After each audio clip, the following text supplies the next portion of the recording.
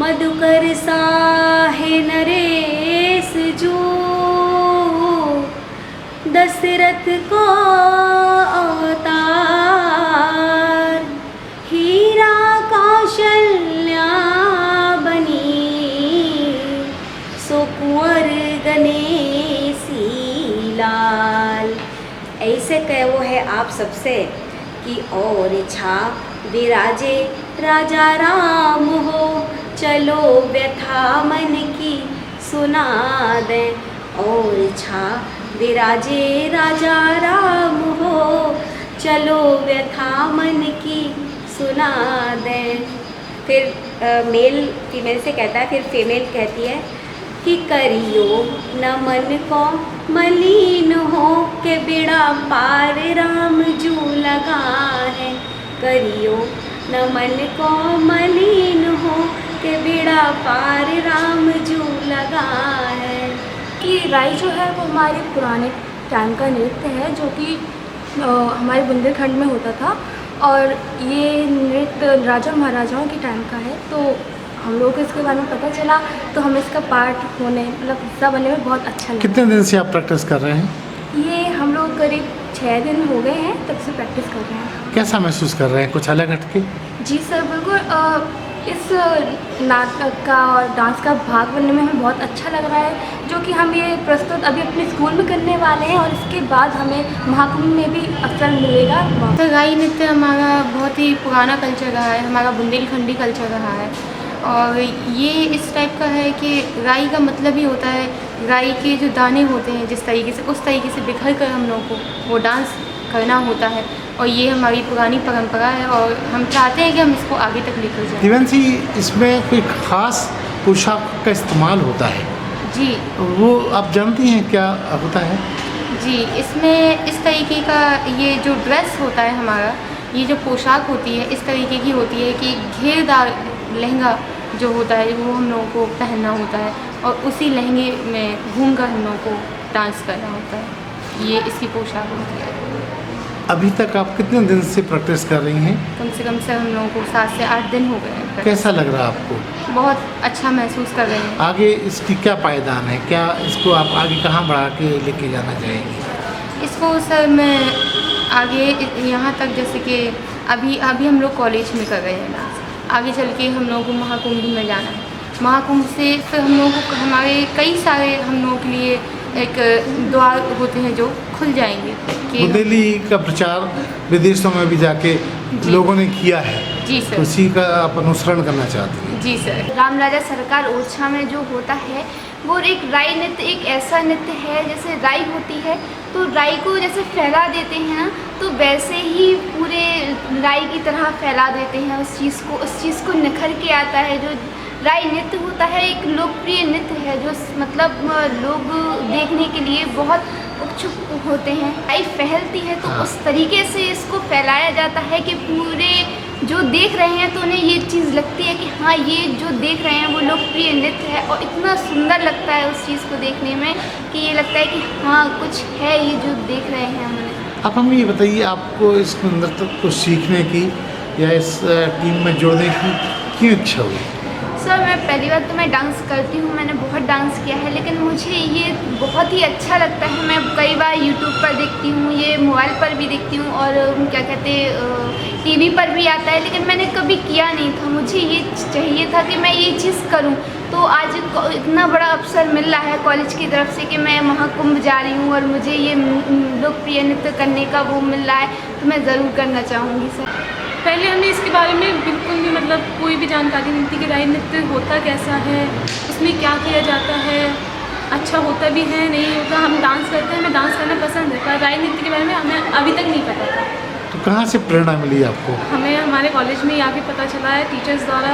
Teachers आई थी, हमारे college में प्रोग्राम हुआ था, उसमें उन्होंने हम लोग को बताया कि राई नृत्य ऐसा होता है, तो हम लोग को थोड़ा सा उसमें इंटरेस्ट आया कि हम लोग को करना चाहिए, देखते हैं कैसा है। जब किया तो अलग ही लगा कि हाँ, ये हम लोगों ने कभी किया ही नहीं है, इसको करना चाहिए। तो पोशाक होगी जो हम लोग पहनेंगे, उसमें एक घेरा मतलब लहंगा होगा, मतलब उसको स्कर्ट बोलते हैं एक तरीके से, पर वो बुंदेली डांस में एक लहंगा होता है, लहंगा चोली, और उसमें हम लोग को दुपट्टा ओढ़ के पूरा चेहरा कवर करके बहुत सारे डांस कॉस्ट्यूम्स करो। भी पहनने होते हैं उसमें। हाँ, बहुत सारे तरीके के कॉस्ट्यूम होते हैं, अलग अलग तरीके के। हमारे अंदर इसको सुन के ही इतनी खुशी आई तो फिर करने में तो और ज़्यादा खुशी होती है। इसमें कुछ खास कॉस्ट्यूम्स का भी तैयारी करनी होती है, जी।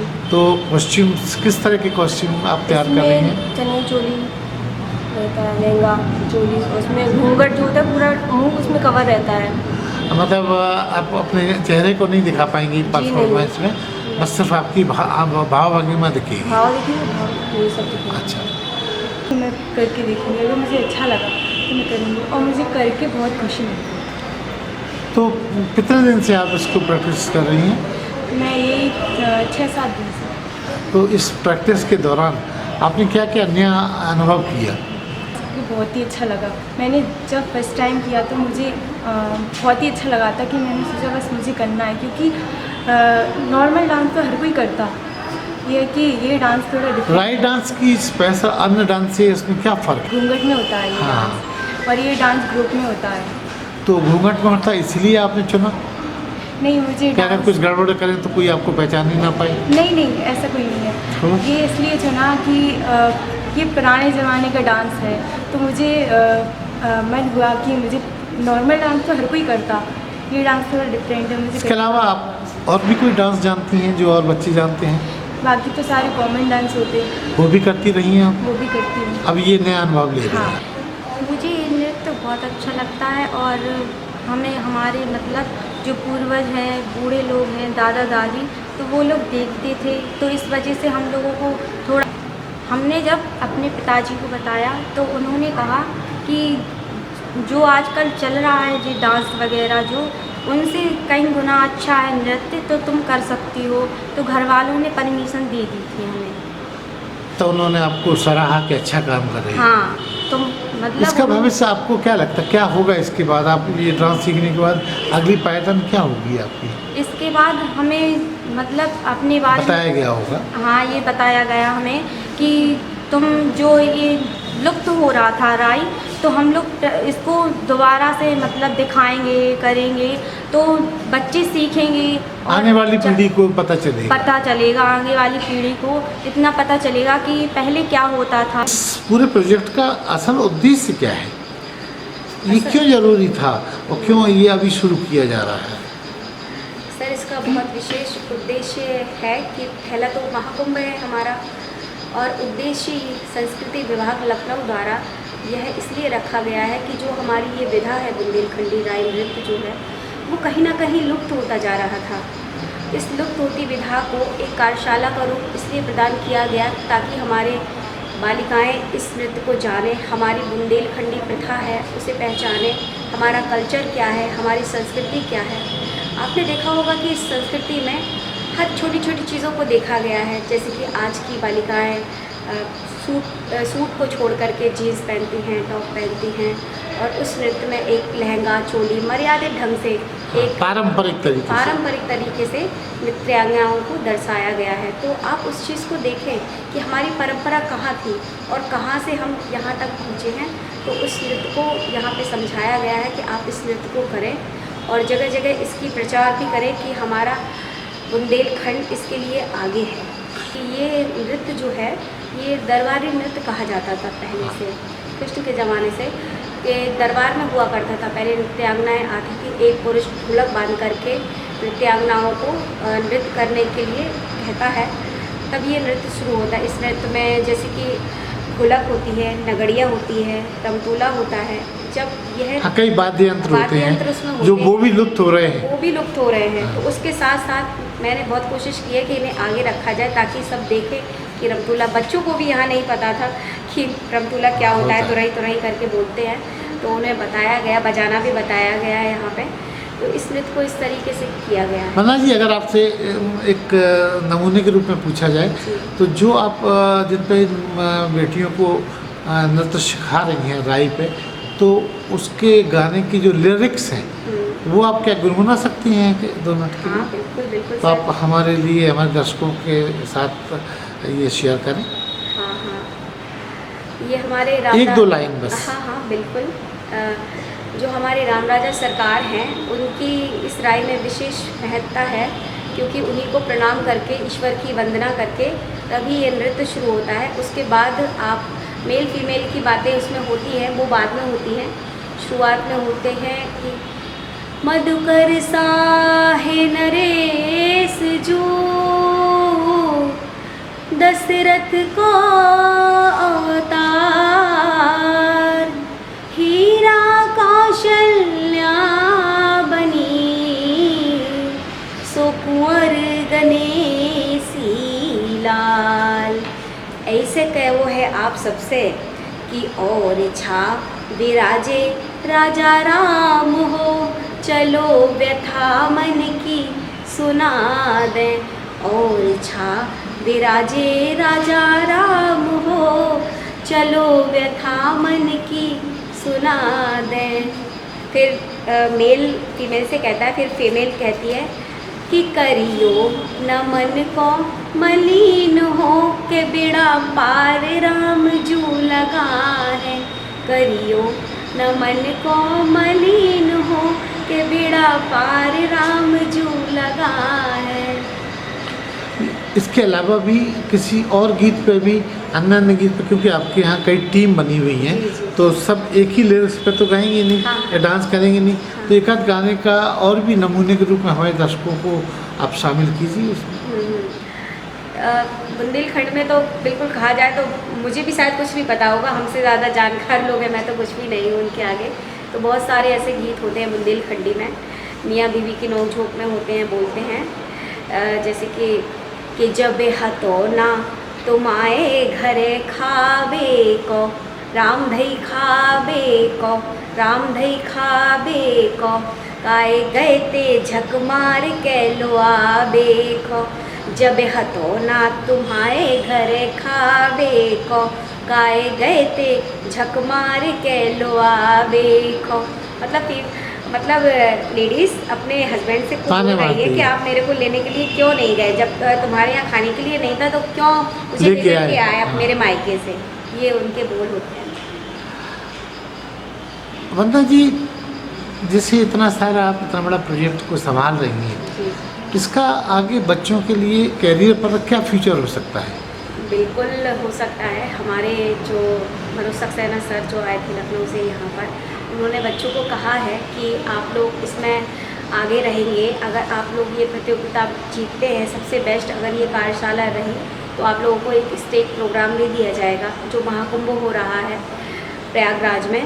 तो मैं तो पूरी कोशिश करूँगी कि यहाँ से बच्चे जाएं, वहाँ पर परफॉर्म करें। मेरा नाम तो मैं अपने नाम की परवाह नहीं कर रही हूँ, बट बच्चों को पता चले कि हमारा कल्चर, जब ये आप लोग जो कर रहे हो वो कितने स्टेट तक है, आपको एक पता चले कि हम लोग किस स्टेट पे जाकर पहुँचे हैं। जी, बहुत खुशी होगी उन्हें सर।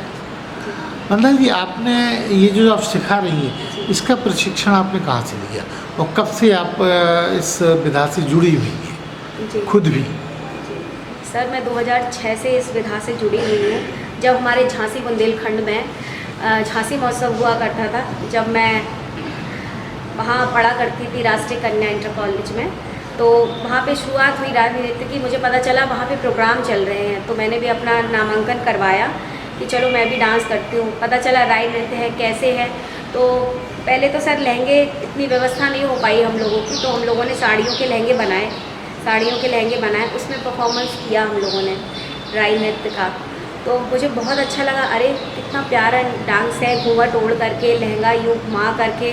जब से ये शुरू हुई तब से स्कूल में किया। उसके बाद से हमारे गुरुजी हैं हरगोविंद कुशवाहा जी से, उनसे इसके बारे में जानकारी मिली। धीरे धीरे मैंने अपनी एक छोटी सी संस्था बनाई, बच्चों को इकट्ठा किया। मुझे लगा कि गरीब लड़कियों को या गरीब कलाकारों को अपनी संस्था से जोड़ना चाहिए, ताकि उन्हें भी उनके पास कोई रोज़गार हो, क्योंकि गवर्नमेंट कुछ ना कुछ कलाकारों को देती है और अच्छा देती है, ऐसी बात नहीं है। तो एक प्लेटफॉर्म मुझे मिला, मैंने अपनी संस्था बनाई। ऐसे मैं धीरे धीरे बढ़ती चली गई। मैंने अपना रजिस्ट्रेशन संस्कृति विभाग लखनऊ से कराया। आपकी टीम में कितने लोग हैं लगभग? सर, मेरी टीम में कम से कम 30 से 35 लोग हैं मेरी संस्था में, और बाकी की चुनिंदा जो हैं, जो हमारे अध्यक्ष उपाध्यक्ष हैं, उनको विशेष महत्व दी गई है। वो अपना कार्यभार अपने तरीके से संभालते हैं, और कुछ लोग हमारी संस्था को बेनिफिट भी देते हैं, हेल्प भी करते हैं। गरीब लड़कियों की, जिससे हम अपने सिर्फ राई नृत्य की आप विशेषज्ञ हैं या और अन्य नृत्य, क्योंकि बुंदेलखंड में बहुत सारे नृत्यों का चलन है? हाँ हाँ सर, मुझे बुंदेलखंडी राई भी बहुत पसंद, वो तो है ही, मैं करती हूँ। हमारे यहाँ का ढिमरियाई भी है, जवारे नृत्य भी हैं, वो भी हम लोग करते हैं। तो ये माना गया कि आने वाले कल में इन जितने भी ये बच्चे जो सीख रहे हैं, इन सबको इन नृत्यों के बारे में भी जानकारी मिलेगी? बिल्कुल बिल्कुल। और कुछ बच्चे तो सर यहाँ से ऐसे हैं कि उन्होंने कहा है मैम मैं आपकी संस्था से जुड़ूंगी, आप मेरे मतलब कभी कभी लड़कियों को परमिशन नहीं मिलती है अपने घर से कि कहाँ जाएंगे, लड़की है कैसे जाएंगे, कैसे मैनेज करेंगे सब, और पेरेंट्स के भी थोड़े रूल्स होते हैं। हाँ। और लेकिन कुछ लड़कियों ने कहा है मैम हम अपनी संस्कृति को देखना चाहेंगे, जानना चाहेंगे, और इन विधाओं के बारे में जो हमारे बुंदेलखंड की संस्कृति है उसे भी जानना चाहेंगे। ये संस्कृति विभाग उत्तर प्रदेश द्वारा महाकुंभ प्रयागराज 2025 एवं मिशन शक्ति के अंतर्गत ये प्रोग्राम किया जा रहा है। और ये प्रोग्राम मतलब बुंदेली जो हमारा संस्कृति है उसको ज़्यादा से ज़्यादा लोग जाने समझें, लोग कर नहीं रहे हैं। आजकल लोग पश्चिमी सभ्यता के गाने ये सब कर रहे हैं, इसलिए माननीय हमारे मुख्यमंत्री जी योगी जी ने ये एक मुहिम चलाई है कि पूरे उत्तर प्रदेश में जहाँ जहाँ भी संस्कृति है, जैसे हमारे यहाँ से शुरू हुआ राई नृत्य, इसके बाद अब गोरखपुर में वो कर रहे हैं, फिर और भी जहाँ पे है ये सब जगह इस तरह पूरे प्रदेश में पूरे ये मुहिम प्रदेश जारी में है। ये सारा मतलब कार्य इस तरह का हो रहा है संस्कृति को निकालने का। फिर इसके बाद जो हमारा महाकुंभ आएगा तो हो सकता है कि इसमें इन सब संस्कृतियों का जो चुने हुए कैंडिडेट होंगे, चुने हुए जो विद्यार्थी हैं उनका वहाँ पे एक बहुत अच्छा भव्य प्रदर्शन भी होगा। देवराज जी, इसका जैसे कि आपने बताया कि कल्चर लुप्त हो रहा है, उसको आपने बचाने का या सरकार के द्वारा एक प्रयोजन बनाया गया है, इसकी अगली पायदान क्या होगी? क्या इन बच्चों को जो लोग सीख रहे हैं कुछ कैरियर परक स्थिति भी बनेगी?